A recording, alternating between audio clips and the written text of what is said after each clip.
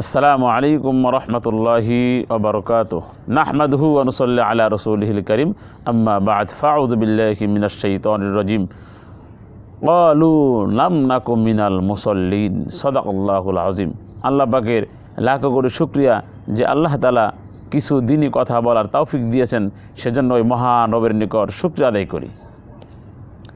আল্লাহর নবী বিশ্ব নবী রহমাতুল্লাহ আলামিন বলেন, বখিল ব্যক্তি, যে ব্যক্তি কিপটা দান করে না, তার জন্য চারটি ক্ষতিকর।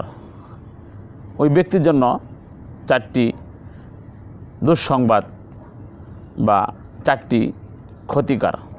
নাম্বার 1, যে ব্যক্তি দান করে না, বাঈদুম মিনাল্লাহ, সে আল্লাহ থেকে দূরে থাকবে। নাম্বার 2, যে ব্যক্তি দান করে না, বাঈদুম মিনান নাস, সে মানুষ থেকে দূরে থাকবে। নাম্বার 3, যে ব্যক্তি বখিল কিপটা দান করে না, সে বাঈদুম মিনাল জান্নাহ, জান্নাত থেকে দূরে থাকবে।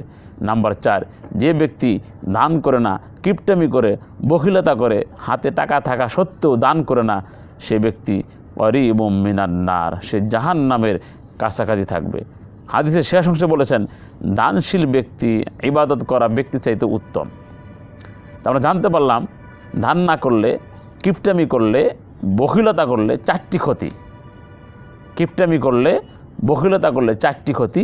নাম্বার 1, বাঈদুম মিনাল্লাহ, আল্লাহ থেকে দূরে থাকতে হবে। নাম্বার 2, বাঈদুম মিনান নাস, মানুষ তাকে ভালোবাসবে না, মানুষ থেকে দূরে থাকতে হবে।